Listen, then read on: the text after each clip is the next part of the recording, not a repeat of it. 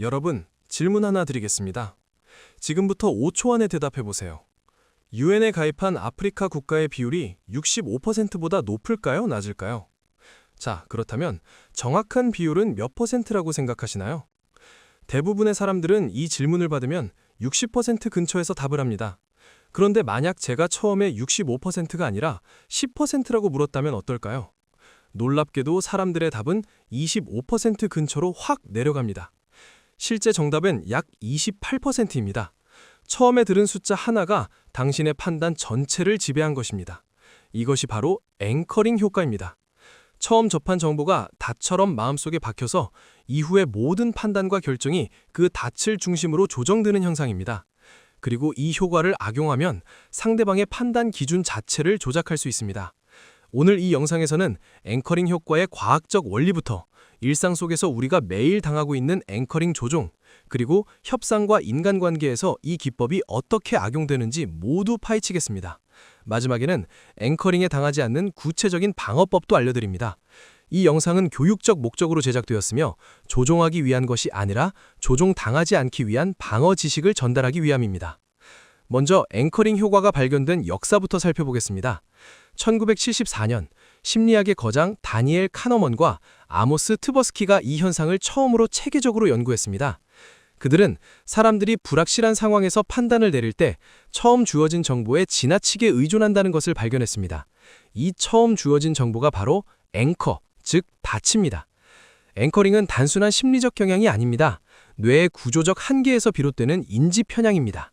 우리 뇌는 모든 정보를 처음부터 끝까지 완벽하게 분석할 만큼 충분한 시간과 에너지를 가지고 있지 않습니다. 그래서 지름길을 사용합니다. 심리학에서는 이것을 휴리스틱이라고 부릅니다. 앵커링은 이 휴리스틱의 대표적인 형태입니다. 처음 들은 정보를 기준점으로 삼고 거기서부터 조금씩 조정하는 방식으로 판단합니다. 문제는 이 조정이 충분하지 않다는 것입니다. 우리는 닻에서 벗어나야 한다는 것을 알면서도 무의식적으로 닻에 끌려갑니다. 더 무서운 것은 앵커링 효과가 전문가에게도 통한다는 사실입니다. 한 연구에서 부동산 전문가들에게 동일한 집을 보여주면서 한 그룹에는 높은 호가를, 다른 그룹에는 낮은 호가를 제시했습니다. 전문가들은 자신의 판단이 호가에 영향받지 않았다고 확신했습니다. 하지만 결과는 달랐습니다. 높은 호가를 본 그룹은 집값을 높게 평가했고 낮은 호가를 본 그룹은 낮게 평가했습니다. 수십 년의 경험이 있는 전문가조차도 앵커링에서 자유롭지 못했던 것입니다. 이제 앵커링이 우리 일상에서 어떻게 작동하는지 구체적으로 살펴보겠습니다. 첫 번째, 가격 앵커링입니다. 이것은 우리가 가장 흔하게 당하는 앵커링입니다. 쇼핑몰에 가면 원래 가격 10만 원이 큰 글씨로 적혀 있고 그 위에 빨간 줄이 그어져 있습니다. 그리고 옆에 할인가 5만 원이 적혀 있습니다. 이 순간 우리 뇌는 10만 원을 앵커로 설정합니다. 그래서 5만 원이 엄청난 할인처럼 느껴집니다. 절반이나 싸다니 이건 사야 해. 하지만 그 물건의 실제 가치가 3만 원이라면 어떨까요? 원래 가격 10만 원 자체가 앵커링을 위해 부풀려진 숫자일 수 있습니다. 레스토랑 메뉴판도 마찬가지입니다. 메뉴판 맨 위에 가장 비싼 요리가 있는 이유가 있습니다.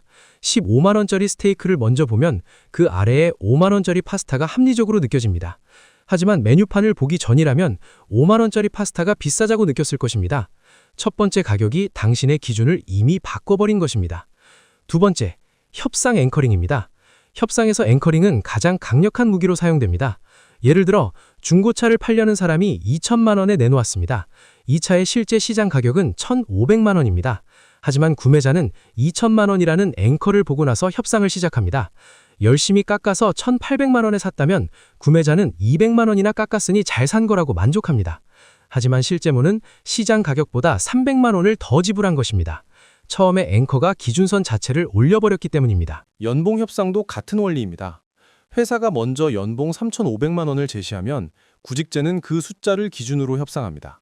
4천만 원으로 올리면 성공이라고 생각합니다. 하지만 구직자가 먼저 5천만 원을 제시했다면 4천만 원에서 타협하더라도 시작점이 완전히 달라집니다. 누가 먼저 앵커를 던지느냐가 협상의 결과를 좌우하는 것입니다. 세 번째, 인간관계에서의 앵커링입니다. 앵커링은 숫자에만 적용되는 것이 아닙니다. 인간관계에서도 강력하게 작동합니다. 누군가를 처음 만났을 때의 인상이 앵커가 됩니다. 첫 만남에서 친절하고 밝은 인상을 주면 나중에 그 사람이 무례하게 행동하더라도 원래 좋은 사람인데 오늘 기분이 안 좋았나 보다 하고 합리화합니다. 반대로 첫인상이 차갑고 불친절했다면 이후에 친절하게 대해도 무슨 속셈이 있나 하고 의심합니다. 이것은 관계에서 매우 위험하게 작용할 수 있습니다. 앞서 다른 영상에서 다룬 러브바밍이 바로 이 원리를 악용합니다. 관계 초반에 엄청난 사랑과 관심을 쏟아부으면 그것이 앵커가 됩니다. 이후에 상대가 냉담하고 무관심해져도 피해자는 처음에 그 사랑을 앵커로 삼고 원래는 저런 사람이었는데 내가 뭘 잘못했나 하고 자책합니다. 기준점 자체가 왜곡되었기 때문입니다. 네 번째, 뉴스와 미디어의 앵커링입니다. 미디어도 앵커링을 적극적으로 사용합니다.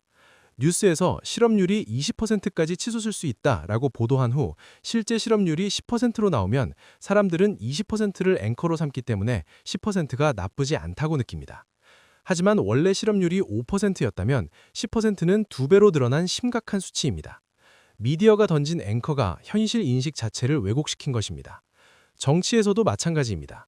극단적인 정책을 먼저 제안한 후 양보하면 실제로는 원래 의도한 정책을 관철시키면서도 상대방은 양보를 받아냈다고 착각합니다.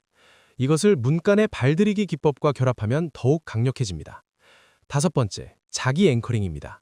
가장 무서운 앵커링은 다른 사람이 거는 것이 아니라 자기 자신이 거는 앵커링입니다. 나는 원래 이런 사람이야. 나는 수학을 못해. 나는 연애를 못하는 사람이야. 이런 자기 정의가 앵커가 되면 모든 경험과 판단이 그 앵커를 중심으로 이루어집니다. 수학 시험에서 좋은 점수를 받아도 운이 좋았던 거야 하고 무시합니다. 연애가 잘 돼도 곧 실패할 거야 하고 불안해합니다. 자기 자신에 대한 첫 번째 정의가 평생의 닻이 되어버리는 것입니다. 자, 그렇다면 앵커링은 왜 이렇게 강력할까요? 뇌과학적 관점에서 살펴보겠습니다. 첫째, 선택적 접근성 이론입니다. 앵커를 접하면 뇌는 그 앵커와 관련된 정보만 선택적으로 활성화시킵니다. 10만 원이라는 앵커를 접하면 뇌는 그 가격이 합리적인 이유를 무의식적으로 찾기 시작합니다. 반대로 그 가격이 비합리적인 징벌은 무시합니다. 뇌가 앵커를 확인하는 방향으로만 작동하는 것입니다. 둘째, 인지적 게으름입니다. 뇌는 에너지를 아끼도록 설계되어 있습니다. 모든 정보를 처음부터 분석하는 것은 에너지가 많이 듭니다. 그래서 이미 주어진 앵커를 기준점으로 삼고 조금만 조정하는 것이 훨씬 효율적입니다. 이 효율성 추구가 역설적으로 우리를 조종에 취약하게 만드는 것입니다. 셋째, 불확실성이 앵커링을 강화합니다. 우리가 잘 모르는 분야일수록 앵커링 효과는 강해집니다.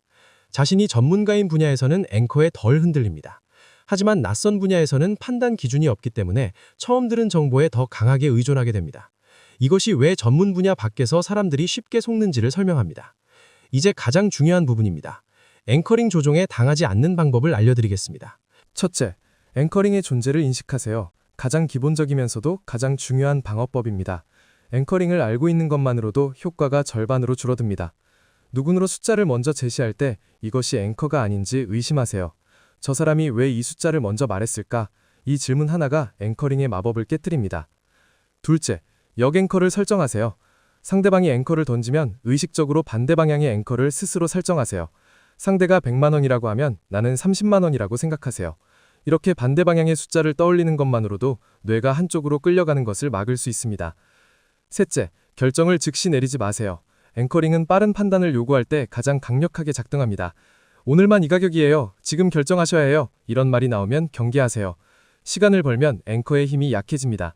잠깐 생각해 볼게요. 이 한마디가 앵커링의 그물에서 빠져나오는 열쇠입니다. 넷째, 독립적인 기준을 먼저 세우세요. 협상에 들어가기 전에 상대방의 제안을 듣기 전에 자신만의 기준을 먼저 세우세요. 중고차를 사기 전에 시장 가격을 미리 조사하세요. 연봉 협상 전에 업계 평균 연봉을 알아두세요. 자신만의 앵커가 있으면 상대방의 앵커에 덜 흔들립니다. 다섯째, 앵커에서 벗어나는 질문을 하세요. 상대방이 앵커를 던지면 그 숫자의 근거를 물어보세요. 이 가격은 어떻게 산출된 건가요? 비교 대상이 있을까요? 이런 질문을 하면 앵커의 정당성을 검증하게 되고 무비판적으로 수용하는 것을 막을 수 있습니다. 여섯째, 자기 앵커링을 깨세요.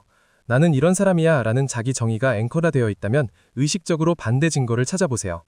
나는 수학을 못한다고 믿고 있다면 수학을 잘했던 순간을 하나만 떠올려 보세요. 그 한 가지 반대 증거가 닻을 흔들기 시작합니다. 우리는 자기가 정의한 대로 살아가는 존재입니다. 그 정의를 바꾸면 삶도 바뀝니다. 마지막으로 한 가지 꼭 기억해 주셨으면 하는 것이 있습니다. 앵커링은 우리 뇌의 자연스러운 작동 방식입니다. 앵커링에 당한다고 해서 어리석은 것이 아닙니다. 천재도 전문가도 심리학자도 앵커링에서 완전히 자유로울 수 없습니다. 하지만 앵커링을 알고 있는 것과 모르는 것은 완전히 다릅니다. 알고 있으면 멈출 수 있습니다. 알고 있으면 의심할 수 있습니다. 알고 있으면 자신의 판단을 되찾을 수 있습니다. 여러분이 오늘 이 영상을 통해 앵커링이라는 보이지 않는 닻의 존재를 알게 되었다면 이제부터 여러분의 판단은 조금 더 자유로워질 것입니다. 누군가 던지는 숫자에 끌려가지 않고 자신만의 기준으로 세상을 바라보는 눈을 갖게 될 것입니다. 이 영상이 여러분의 판단력을 지키는 데 도움이 되었으면 좋겠습니다. 만약 주변에 협상이나 소비에서 자주 손해보는 분이 계시다면 이 영상을 공유해주세요. 한 사람의 판단 기준을 바로잡아주는 일이 될 수 있습니다. 오늘도 영상 시청해주셔서 감사합니다. 좋아요와 구독은 이런 심리학 컨텐츠를 만드는 데 큰 힘이 됩니다. 다음 영상에서 더 유익한 심리학 이야기로 찾아뵙겠습니다.